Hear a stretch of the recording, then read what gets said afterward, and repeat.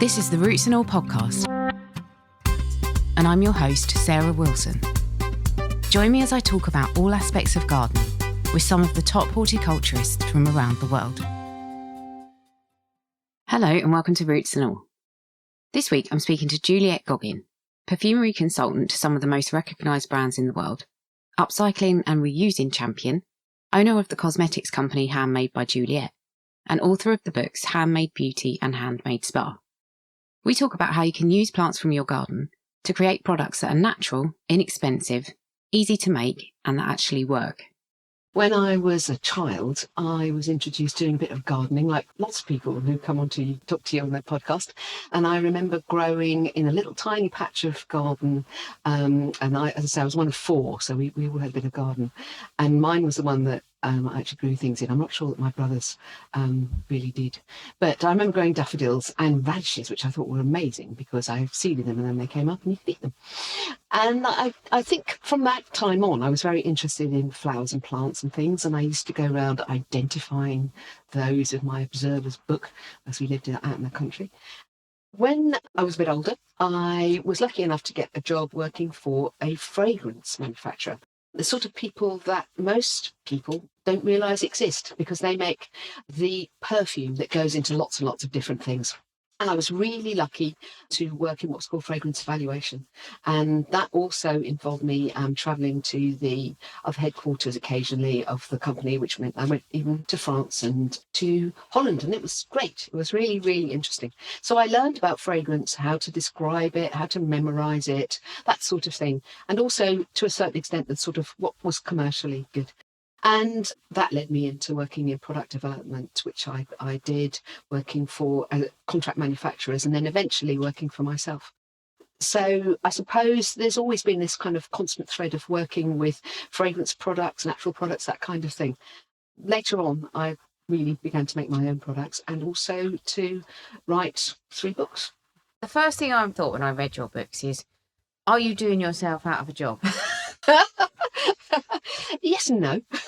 Because you give away a lot of your trade secrets and they are about using kind of natural products to make your own stuff, and they are relatively simple and seems as if they're really accessible and most people can do them. So what was the kind of idea behind sharing all that knowledge? I had this idea. I'd already written one book, which was an upcycling book, and I always collaborate with someone else on my books. Writing books is really, really hard work. It takes ages, and you're usually trying to do another job at the same time. So I don't know why anybody does them, actually, but there we go. I did. And I really enjoyed writing my upcycling book with my friend Stacey. But then I thought, well, I've always worked in fragrance products. It would be great to write a really good book for people to make things themselves. So I spoke to my friend Abby, who had worked for many years at the Body Shop doing all sorts of cutting edge things with natural products, and herself had her own formulating business, and persuaded her to work on it with me, which we did, which was great. So she was able to add a lot of her knowledge, fill in gaps in my own and that sort of thing. And we came up with the book and we got a publisher, and they especially loved the fact that the back of the book, which you've probably noticed, is a complete sort of glossary of terms. Everything that we include, there's a description how you use it, what it's called. It's what is known in the industry as its INCI name, INCI. That's how you look it up and find out what it is. So we did a lot of extra work, if you like, in doing the book. And I also got involved in the photo shoots for all the pictures, worked with the stylists, and it was great. Hard work, but it was really great. And Abby said to me, she said, if we're going to write a book for people, let's write them a really good book and stop them getting the wrong ideas or bad recipes. And I thought that was a very good way of thinking about it, actually. And I was never going to write another one, except that the publishers got in touch with me very soon after the publication of Handmade Beauty and said, would you like to write another book? And I said, God, no. Why would I do that? And they said, because you're going to sell lots of this book. It's doing really well. You know, it's going into foreign languages. And I loved the thought that people in different countries all over the world were reading the book. So I said, oh, right then. And I persuaded Abby that we'd do another one. So we did another one. We did Handmade Spa. Nice. And obviously, it's about making your own products. Why is that a good thing? And are they kind of better than what you can buy? That's a complicated question. I don't want to denigrate anybody else's products at all. And there are lots of mainstream products that are perfectly good. But I think there's something really, really nice about making a product yourself, or also buying a product that is handmade by somebody. It's like anything. It's like buying a good cheese as opposed to a sort of highly manufactured one, or a wonderfully hand-thrown bowl as opposed to something made in a factory in, let's say, China. And to be able to have the ability to make your own cosmetics is a bit like being able to cook, and there's a lot of similarity anyway. So kind of what I'm doing is giving the people the ability to make some of these things. Very simply, some of the recipes are what I call instant. You literally can stand in your kitchen, throw a few things together and come up with a product. And some of them are indeed more complicated. So there's a variety of recipes in the book, between easy ones and more complex ones. And I think it's a great thing for anybody to do, because they can use some ingredients, if you like, that they could have grown in their own garden or their allotment, that sort of thing. And they're a pleasure to use. And it's really nice to have things that are relatively fresh. Some cosmetic products that you buy, they could have been sitting around a long time in the whole manufacturing, warehousing, distribution system. Whereas if you make something, you know the product is better because it's fresher, really. Interesting. Yeah. Do you think that maybe sometimes puts people off because the products that they're making have got a short shelf life, and if they're using them just themselves? Well, it depends on the product, because some of them, like a face mask, and I brought you a face mask today. This is what I call a really instant product. Now, this you couldn't keep for too long, but it's so easy to do that it really doesn't matter. And if I tell you that you've pretty much got all of this stuff, well, maybe one ingredient in your kitchen anyway, because this is a yogurt and cucumber mask, and you literally take some cucumber, throw it in your food processor thing, bit of Greek yogurt in there as well. I added some green tea, so when you make your green tea you can just have a couple of spoonfuls, because it's got lots of nice antioxidants and that sort of thing in it. And then you can whiz it up, and the only thing I've included is some kaolin clay. You might even be able to still get this in chemists, I'm not sure, but you can easily get it online, and it's very cheap and it keeps for ages.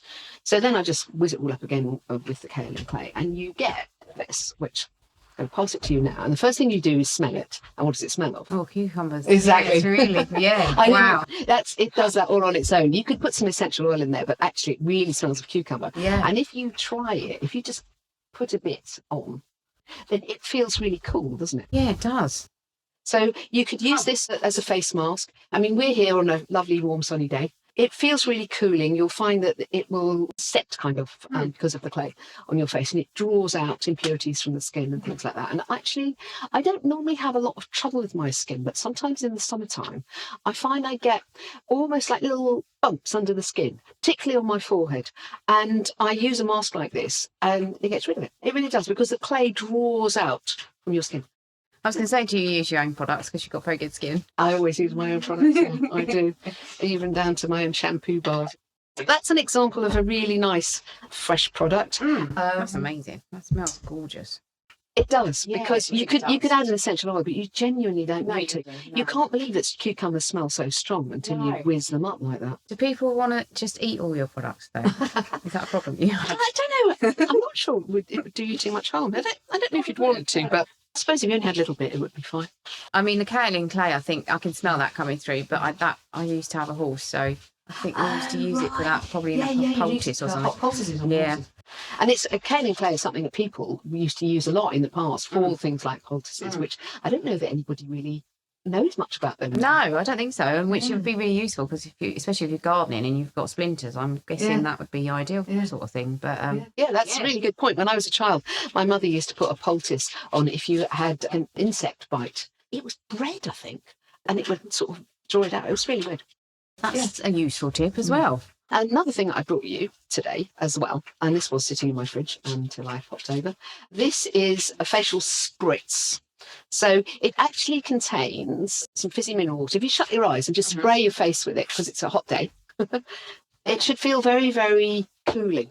Yep. And it starts off with having fizzy mineral water, which probably gives it a little bit of extra fizz. It has distilled witch hazel, which you can get in the chemist. Right. Still very easy to get witch hazel. That's like in place of something like alcohol, because it gives you that freshness. Then it's got a little bit of glycerin, which will help to sort of make your face feel not dry, and by just spraying water on it, it makes it feel more moisturised. And then I put a little bit of mint oil in there as well, so it gives it a freshness. Wow. And that, I tend to leave it in the fridge because you wouldn't keep it forever because you haven't preserved it in any way. No. But keep it in the fridge and it will certainly be fine through a sort of period of hot weather for a week or so. And it does just feel lovely. I would do it myself. Yeah, that'd be really good if you were going on holiday, wouldn't it? Oh, yeah, exactly.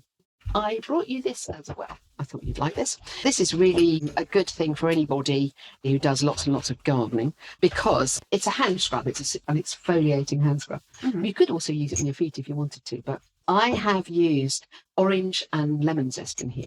Again, you will be able to smell it. This one is a little bit more complicated than the others I gave you before, because what you actually do is that you put your zested ingredients with sea salt. So just ordinary sea salt, which you can kind of blitz up. And then you can use an oil from your kitchen, like sunflower oil, or though that's not so easy to get at the moment, but rapeseed oil would be very, very good alternative. And then there's some little drop of essential oil. But I also use, in this case, an emulsifier, which is called Olive, which features in the books quite a bit.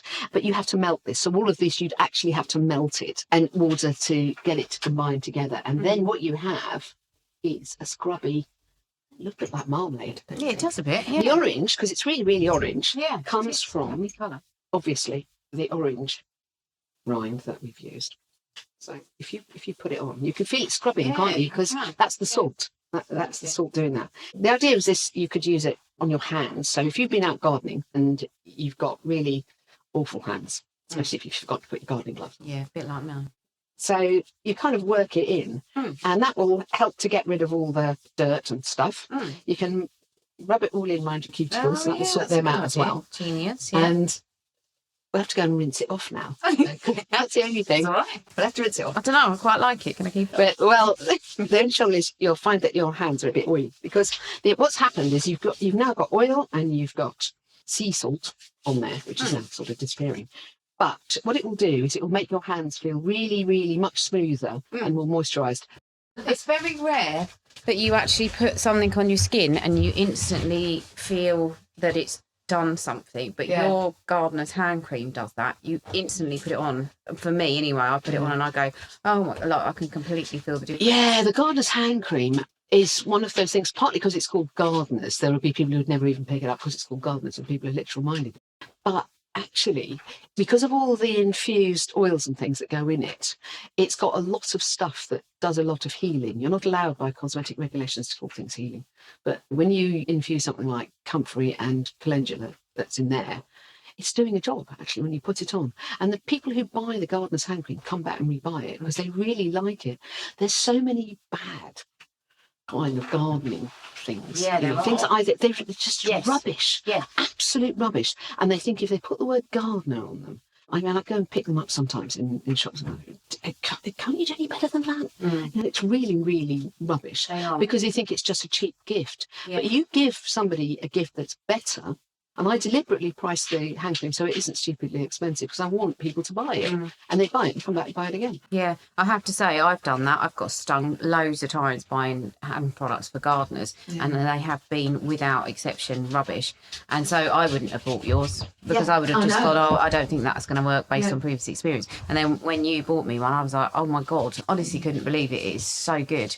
I know it's individual as well. People kind of have their own preferences, but it genuinely was very good. I've got one more thing. Okay, cool. Right, this is a foot soak. Oh.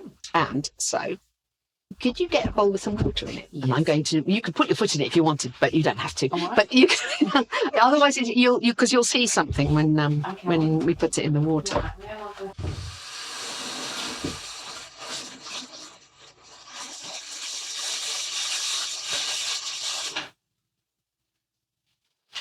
Right, so this funny product, it's a little bit like a bath bomb, because you'll sort of see what I mean. In the sense that, can you see it's doing a bit fizzy? Yeah. And that's because it contains two ingredients which you would find in a bath bomb, which is bicarbonate of soda and citric acid. And the citric acid and the bicarb together will do this sort of fizzy thing. Mm-hmm. It doesn't fizz massively because I haven't put huge amounts of it in. I can see the bubbles. Yeah. So with this, with your poor feet, because you've been out in the garden and your feet ache, and maybe you're having this one in the winter because your feet are cold and tired and everything as well. So in here is, believe it or not, you take some soap, good soap, like cold process soap like I make, not the other stuff, and you grate it on a grater, and then you add to it some oats, so blitz and porridge oats, again in your food processor thingy. And then I use some shea butter. Shea butter is an ingredient that's really common in cosmetics. It's the only thing in here that perhaps you have to go and get specially. And then the bicarbonate and the citric acid all together. But I also whizzed up some rosemary from the garden, because rosemary is very good for antifungal, that kind of thing for feet. So all of this, results in this powder, because we've whizzed it up, and you can see little bits of green rosemary in there. And I put a little bit of lavender essential oil in there as well. But I hadn't tried it for a while. I tried it out the other evening. I was at home on my own just as well. I found the largest pan, it was what I could find actually, and put some warm water in it, put some of that in, and sat with my feet in it for 10 minutes watching the television by myself. But when I took my feet out and I dried them off, they felt so much softer and really kind of refreshed from it. So I think soaking your feet was something possibly parents and grandparents did, because they probably spent more time on their feet than we did. I remember my ex-mother-in-law having a real thing about trying to look after her feet, because she'd done a job where she stood up a lot. And I think maybe it's something that's worth kind of revisiting now. You wouldn't go in a shop and find a foot soap very easily, but this could also be used in the bath. But honestly, it makes feet feel much, much better. Yeah, you're right. We don't think about our feet. And honestly, what use are we if they go wrong? Yeah. They're so essential that it would pretty much stop us. It certainly would have been, I guess, in times gone by. Yeah, absolutely. So I think they're concerned to look after their feet. Yeah, very sensible. Yeah. So there you are. So those are just like examples of things that you can make really easily. The foot soap, because it's a powder, would keep for quite a long time, and you wouldn't necessarily use loads of it, but you could throw it in the bath anyway. And you could keep the hand scrub for a couple of months or so, really. In the fridge, or just? I don't think you necessarily need to keep it in there, because actually with this I dried out the zest before I used it anyway, so that means it's much less likely to go off. Right. But at the end of the day, if something goes off, you'll know, because it will look off, and then just throw it away. You just wouldn't want to use it, really. No. It's like a lot of things, use common sense. I'm sort of looking at your stuff that you brought with you, and I'm thinking your house must just be full of jars and containers. Yeah, my house is full of a lot of jars and containers, actually. I have a workshop as well, where I actually make the products and things, because I make candles and all sorts of other things as well, so I do that properly. But at home, yeah. Also because I love cooking as well, so I'm a great one for cooking things and having too much of something and either bunging it in the freezer or giving it to somebody else. There's always a friend who doesn't cook too much and is very happy to be given something. So yeah, I keep jars. I don't just wash them out for the recycling. I keep them really, and all sorts of things. You're dead right. Yes, I have a big collection of jars for various things. So obviously jars are handy. Is there much else that you need in the way of equipment to do this, or is it all fairly straightforward? I've mentioned obviously having something like a food processor thing. They're really, really good, because you can whiz stuff up in that, but not really. In the books, there are some recipes and things that tell you about temperature, and you need to use something like maybe a Jan thermometer or whatever to check a temperature. But for a lot of things, they are relatively instant, so they're pretty easy. And look around your kitchen, and it's not just the equipment, it's the ingredients. Most people would have salts. They would have things like honey. I mentioned green tea earlier on that I use in some of the recipes. That was in the yogurt mask, actually. And the herbs in your garden. There are lots and lots of things that once you kind of get your focus on them, there's things that you've got in the house that you can use, mentioned oranges and lemons as well, but things that you grow also. And of course, the great thing about things that you grow is that you know where they've come from. You know that they haven't been sprayed or tampered with in any way. And that's really nice. And it's just lovely to use whatever you have in the same way as you would with cooking. Yeah, it is, definitely. Also, because things are becoming more expensive, I guess it's quite handy to have this knowledge so that you can I'm Yes. assuming in a lot of ways it's cost saving. Oh, absolutely. And in fact, the more you go up the level of product and price, the bigger your cost saving. I have in the past taught classes, and it's one of the things that people ask me. They say, can you save money by doing this? And I said, absolutely, you can.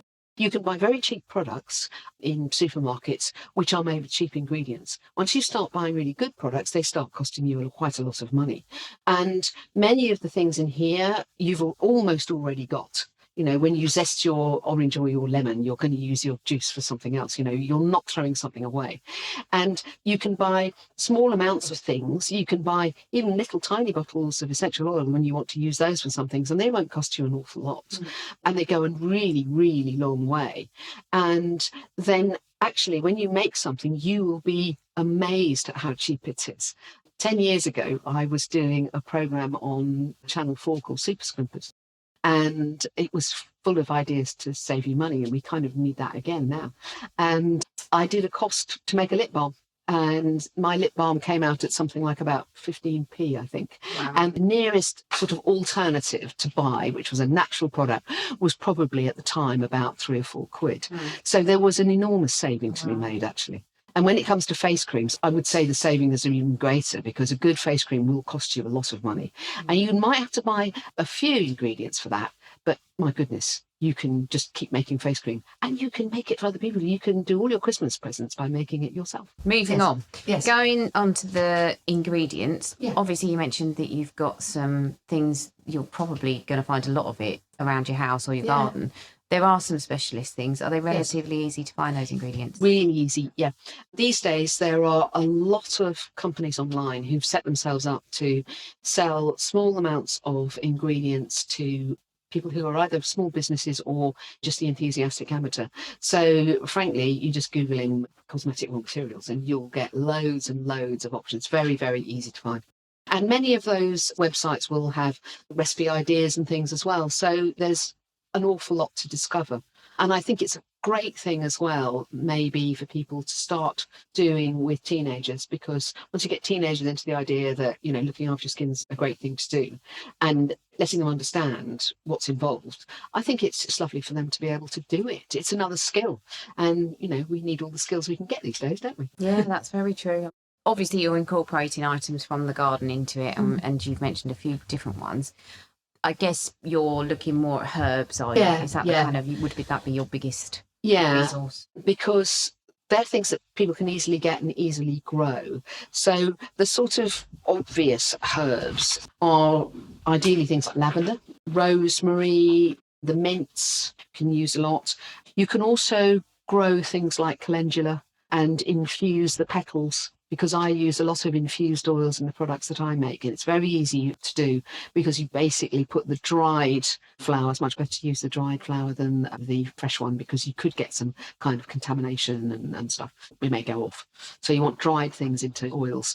And then you can keep it for like a month or so, strain it off, and you've put some of the goodness of that herb into the oil. So you could use it as a massage oil, for example, or depending on the qualities of the herbs, maybe even things like we talked about the feet, you know, massaging into your feet. If you might have a tendency towards things like athlete's foot and stuff like that, you know, there are useful herbs like the rosemary, for example. So there's lots of useful things that you could do. And I think any of those herbs are great.